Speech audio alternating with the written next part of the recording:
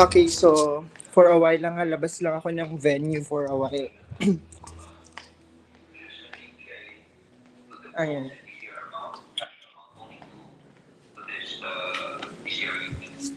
Ayan, medyo clear na ako. Medyo naririnig na. Yes po, sir.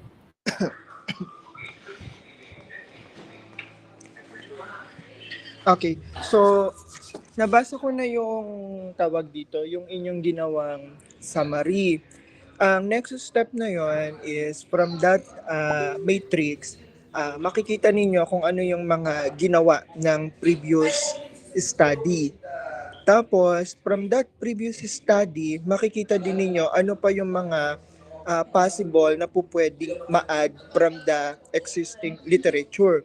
Yung mga ma-add na yon, yun ngayon yung magiging gap at saka yun din ngayon yung magiging research question ninyo.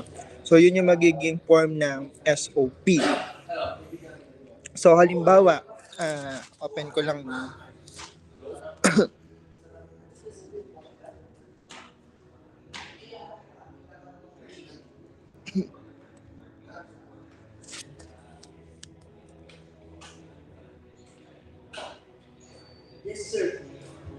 Okay.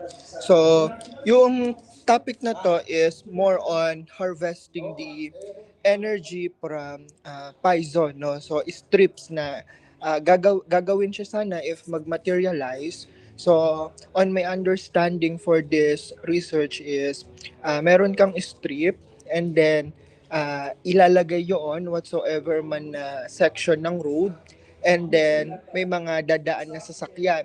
And then from that sasakyan, yun yung mag-harvest siya ng mga energy. So yun kasi yung pinaka-concept ng study na yan. So ang pinaka-target sana dyan is ano pa yung pupwedeng model na geometry na gagawin ninyo if ever man na ma-approve. Tapos ano-ano yung mga i-add ninyong materials para doon. So nabasa niyo naman siguro yung mga RRL portion, no? So from the RRL, ano-ano ba yung mga possible pa na nakikita ninyo na pwedeng i-add doon sa magiging model?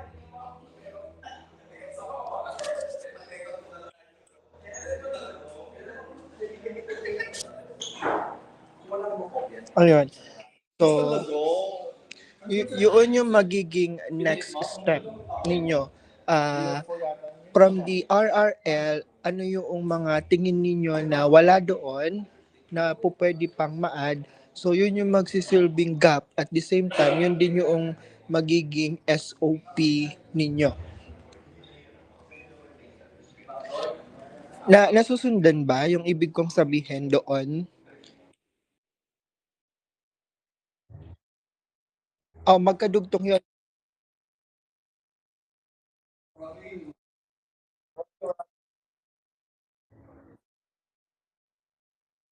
Oo, pero dapat ang kwan natin dito is sustainable. So pag sinabing sustainable, kailangan ninyo na, kasi strip anong klase ng strip, ano yung magiging size, gaano kadami yung i-input, ano-anong materyales, o kung from the existing literature, meron dyan na sinabi na binasa ko yung paper So meron dyan na mga procedure na ginawa nila. And at the same time, meron din dyan mga sinasabi sa paper na nakita ninyo na ito yung materials, ganito siya ginawa, ganito siya ginawa sa prototype.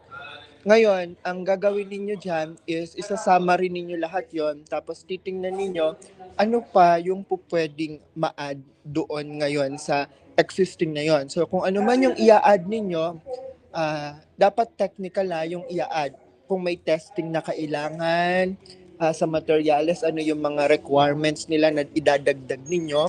Particularly, ang kwan dyan yung thermal expansion. So tingnan ninyo yon. So kung ano yung masaset ninyo na gusto ninyong i-add, so yun din yung magiging gap. Tapos gagawa nyo siya ngayon ng question para doon. So magsasend ako ngayon ng actually dalawang school yan Yung isa binigay ko sa inyo and then to the other school yung isa. So sabay ginagawa ngayon kasi yung topic na yan. Okay? So, isasend ko kung paano finormulate ng other school. So, hindi ko sinasabing gagayahin, but it's just a pattern kasi magkaiba naman kayo eh. Okay?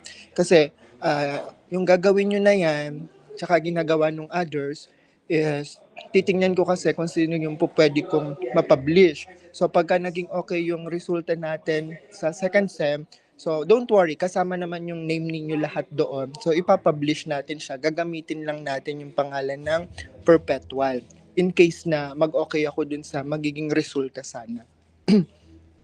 So, yun. So, kaya nyo na ba siya i-establish? So, mag-uusap-usap kayo kung ano yung mga things na gusto ninyong i-add. Medyo makwan lang yan na medyo costly. Tapos, dahil yan ay capstone level, kailangan ninyong umisip ng lugar. Dapat ma-indicate na din doon kung saan section ng road siya dapat ilalagay, yung model. Ayun. So, parang yung title, maglalagay kayo ng particular na ngayon. Saang lugar ninyo siya ikakabit. Medyo nasusundan.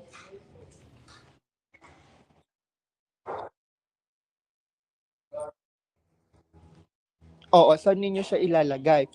Bigyan ko kayo ng idea, no? Yung kabilang school, ilalagay nila yan sa mga parking sa SM. Kasi doon maraming dumadaan eh. Ngayon, ang nakikita ko sa inyo, pwede yan dyan sa tapat ng Perpetual or to any exit and entry point dyan sa Perpetual area, pwede din siyang ilagay. Para hindi din mahirap mag-request ng permit pag in-install na yung prototype. Kaya lang, di ba, pag na-set up nyo yan, in-approve ng panel, kailangan on the first month, January, gagawa na ng model kasi by the first week ng February, dapat naka-install na yan. Kasi kailangan mag-harvest na ng energy. So, 1 month processing, tapos after na yon dapat January, dapat tapos na yung model, tapos February, naka-insert na yan sana. Siguro pinakamatagal na dyan, and ng first week ng February, dapat nakalatag na kung saan ilalagay. Kasi at least 1 to 2 months yung observation ng pag-harvest ng energy. Yun. Tapos, yun lang is kung ma-approve. May iba pa ba kayong title na ipopropose sa 19? 19 ba yun sa Friday?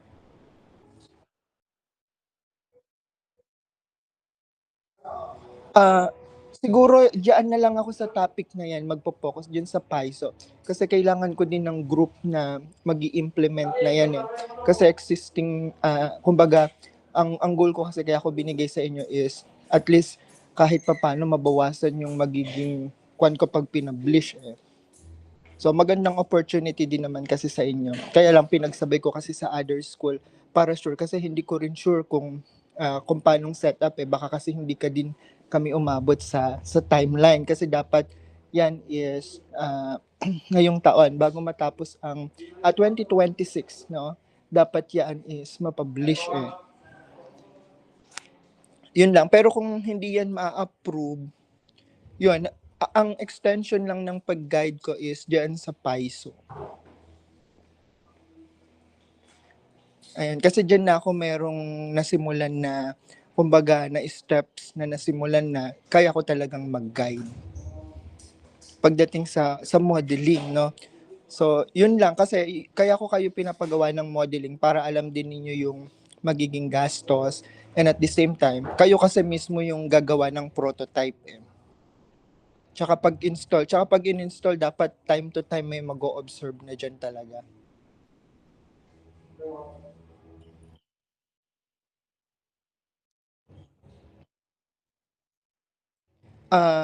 It depend din, no? Yung isang school kasi is may funding sila. So, we reach up to 100. Pero yan, kaya nyo naman yung ma-model ng about 10K.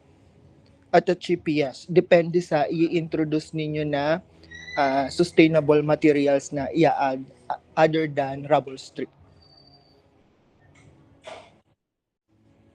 Yan kasi problem natin sa perps eh. Kayo yung gagastos eh, walang funds eh. Unlike to the others na may funds talaga. Kaya kasi nagkaka-funds yan is from research method, pinropose, nakitaan ng potential, pinandingan, kaya nagka-capstone.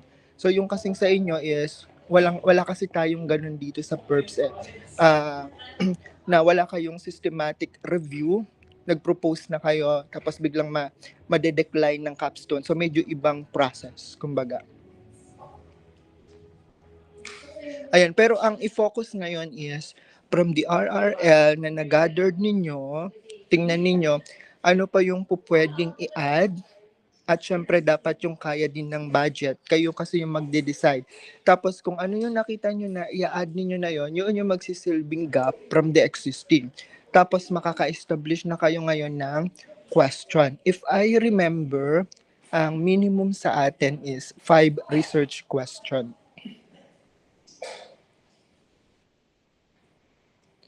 Ayun. So, magsisend ako ngayon ng screenshot, although nasa labas kasi ko. So, magsisend ako ng screenshot na ginawa, working ngayon for approval and for presentation ng, yan. Medyo iniba lang nila yung lugar, no? Tapos may inad sila na sustainable na ibang materials other than rubble. Ayun. So, kakayanin kaya yan ng Friday kasi dapat makita ko rin yung presentation materials bago sana i-present. Sir, Mm, ask ko lang po, possible po kaya yung location pwede sa mga pedestrian lane? pwede. Kasi po, di ba marami rin pong nadaan na tao tapos sasakyan po. Pwede nyo siyang ilagay dyan sa kwan, sa mismong tapat ng perps. Kaya lang kasi ang iniisip ko kasi masyadong mahal pag dyan sa tapat kasi malaki eh.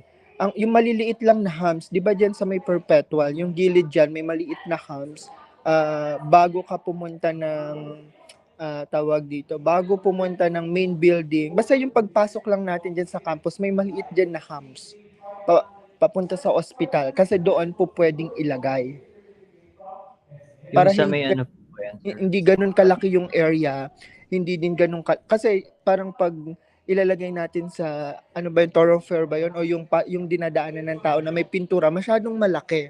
Baka hindi na kayanin ng budget. Yung hams lang na maliit Thank you. na dinadaanan ng sasakyan which is ang sure tayo yung diyan sa gilid ng perps yung entry.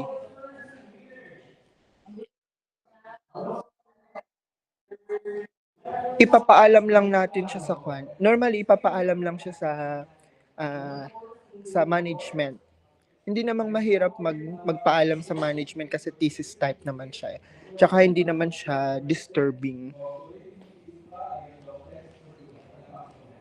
Yun kung sana ma-approve ng panel para maganda-ganda. Ayun. Sige.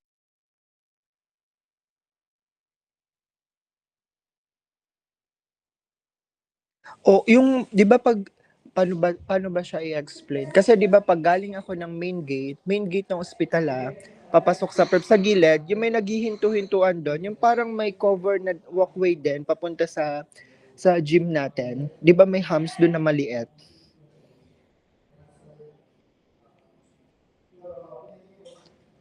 Nagigets ba 'yon? Yung parang dinadaanan natin.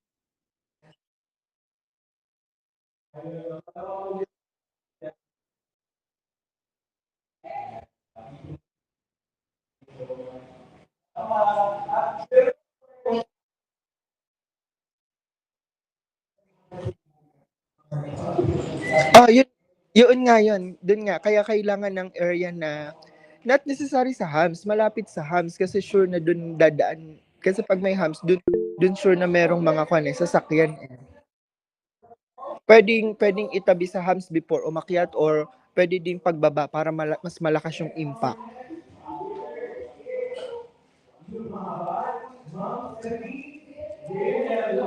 Tsaka 'di ba kasi ang worry ko kasi pag sa kalsada baka may truck. At least diyan controlled ninyo yung sasakyan lang na papasok. O oo, nung binasa ko yung mga paper ninyo na kwan na tinype ko, may mga limit din na sasakyan eh. Baka masira kasi.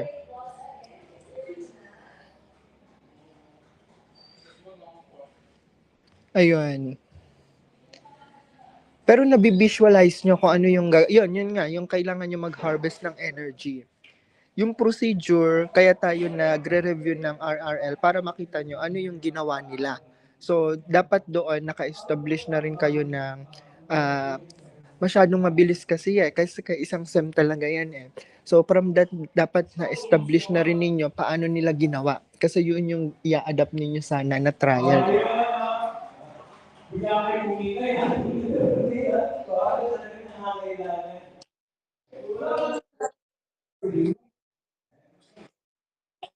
Oo, hindi nyo kakayanin na ganun kadami. Siguro dalawa or isa lang siguro kaya na yan na isa. Kasi po pwedeng i-continue ng kasunod kung hindi magmamaterialize. Eh.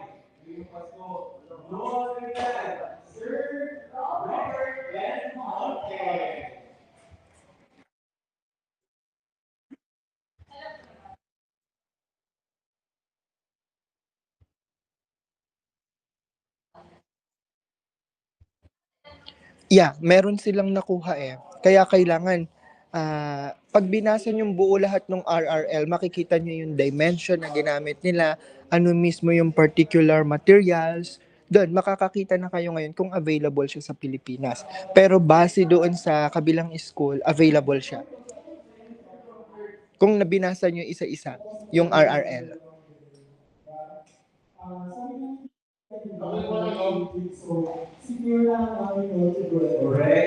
Ayun, ganun ka-importante kasi ang RRL, yan yung magiging baseline ninyo eh.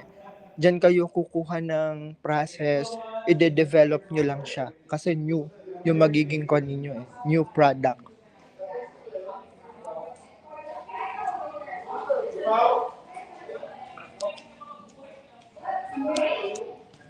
Ayun. Medyo maingay lang dito sa area ko.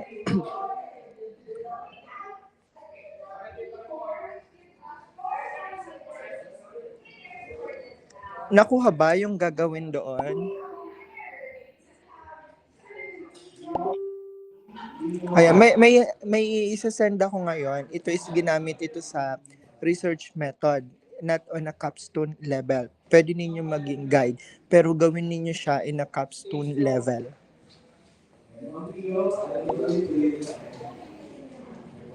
Ayun, so ang next ninyo, pag na-set up na ninyo, although i-check ko pa naman yung gap at saka yung research question, so dapat ang magiging sequence ng presentation is una, introduction, a very short introduction, one slide, and then next is the research question. After ng research question, the presentation of the RRL. So sa RRL, yung table na binigay ninyo, yun lang yung ipapresent. And then right after is the ano yung gap na gagawin ninyo and then the proposal. So, meron lang kayong ilang slide lang yon. So, ang medyo madami lang dun dapat is siguro kaya i-present ng 2 to 3 slides yung mismong presentation ng RRL. Tapos gap isa lang din and then yung proposal na mismo. Yung proposal, ibig sabihin, schematic diagram ng gagawin ninyo na prototype for the capstone level. So, ganun lang dapat ang presentation ng title. Short introduction, one slide, and then research objective, that is the research question, one slide, and then the presentation of the RRL. So that is kaya siguro ng 2 to 3 slides. And then yung mismong gap, yung gap yan na yung i-establish ninyo, and then yung mismong proposal scheme na gagawin ninyo mismo sa prototype. So yun lang dapat yung magiging content ng title defense.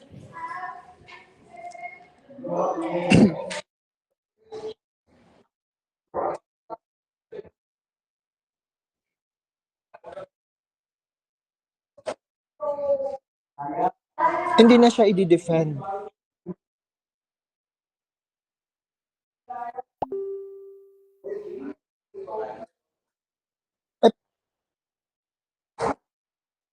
Paano ninyo ma-defend? Kasi baka biglang may hanapin ulit. Kasi dapat kung sino yung panel from Capstone 1, siya din yung 2 kasi sila yung nag-comment ng 1.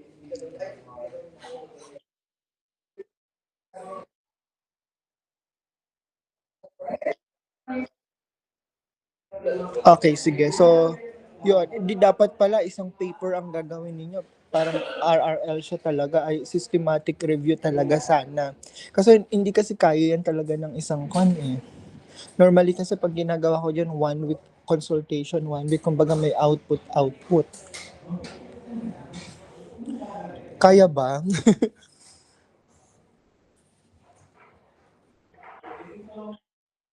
Ayun, yun lang yung suggestion ko sa ngayon. Bukas nasa perps ako ng hapon, baka pwedeng may pumunta para mas ma-explain ng face to face, tapos kung ano na yung status ng paper.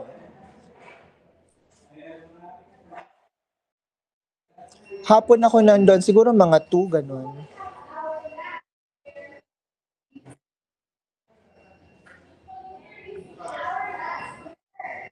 Oo, pre. Sige, sige lang.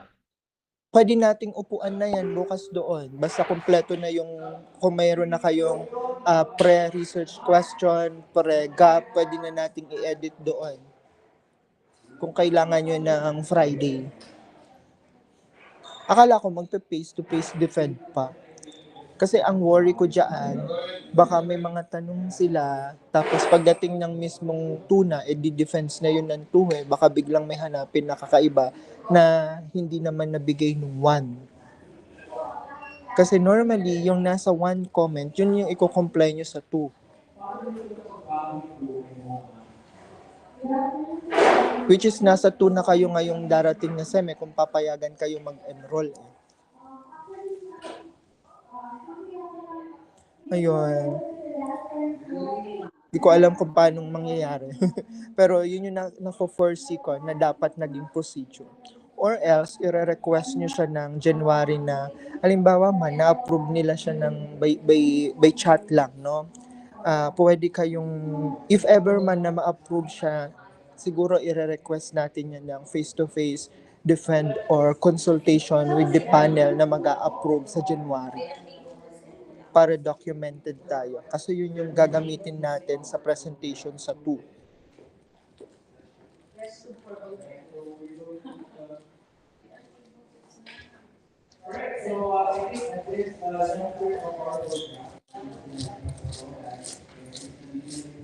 Ayan, may question pa.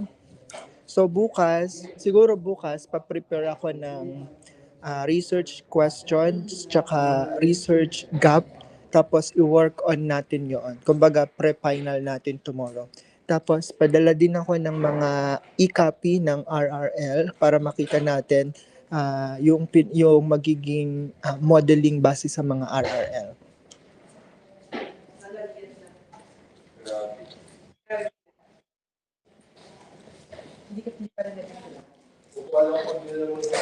Ayun, so, pwede na ba? May tanong pa kayo?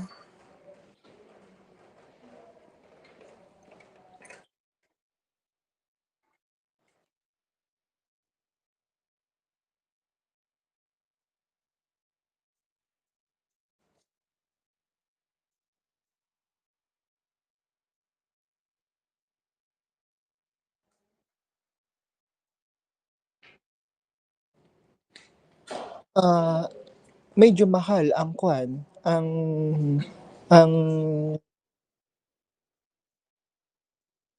oo nga, mag-i-staad, walang problema sa staad, pero yung parameters mahal. Halimbawa, magko-coring kayo, matagal na approval yan kasi huhugot kayo ng mga concrete tapos magpapa-expose kayo ng bakal. Scanning.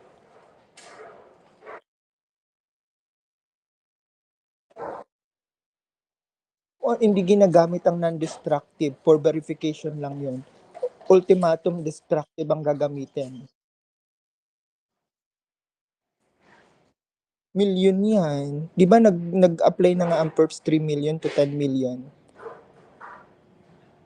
So, ang isang testing normally, 5,000, 6,000, minimum of 3. Ilang floors tayo? 5. E di, sabihin mong 5, 10, 15. Slab lang yon. May column ka pa, meron ka pang slab, column, and then mga beams. So, kung 3 elements per floor, 3 minimum, tapos ilan yung area? It depends to the area kung ilan yung magiging sampling mo. Kaya siyang i-model, kaya lang, yung testing niya, siguro, pwede yung i-limit sa non-destructive. Kaya lang, meron ba tayong scanner? May rebound hammer ba tayong available? Rebound hammer, meron tayong available? Meron kayong, ha? Oo, yung pagka ididiin mo lang tapos maglalabas na siya ng strength.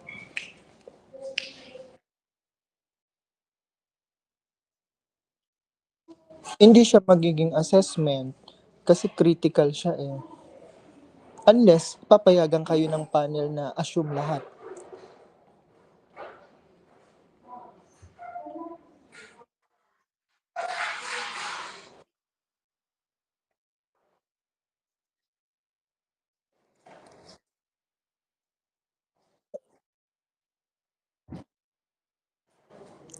Hindi siya magiging structural assessment, visual assessment ang pupwede doon. Kaya lang, hindi naman siya pang capstone pag visual, pang mga design subject natin siya.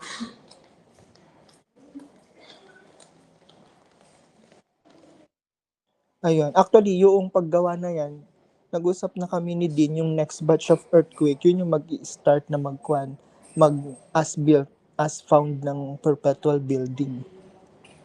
Kung ile-level niyo siya, kung papayagan kayo na assume lahat, pwede naman siya. Puro structure modeling nga lang gagawin ninyo. Yun, medyo tipid din yun kung assume lahat.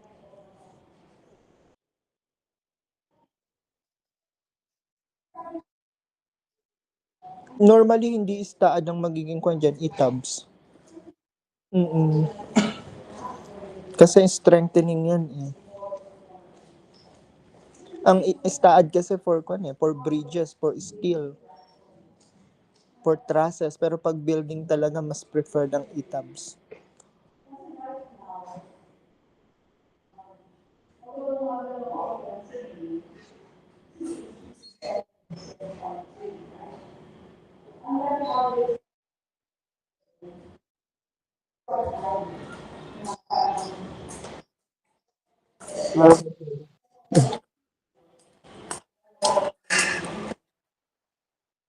Wala na.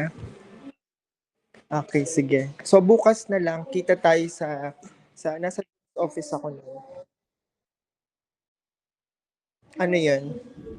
Ay sir, kung okay lang din po ba i-check nyo rin po yung mga proposed na title or topic po na ginawa rin po namin. Para lang po din malaman namin if may acceptable po or ideal din po dun sa ipopropose po namin bago po namin i-present dun sa mga panelists.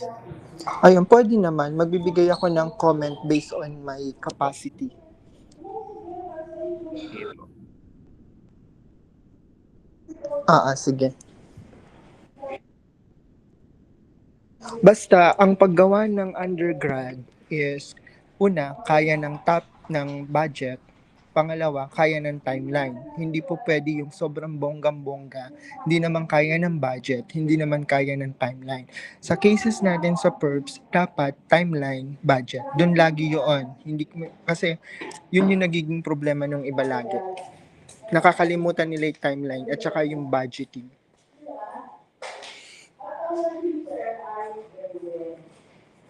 Ayun.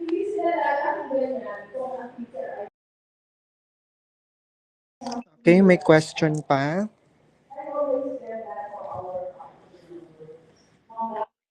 Okay, sige. So, see you tomorrow. Thank you, sir. Thank you po. Thank you po. Thank you. Ingat Bukas po, na lang sir. po.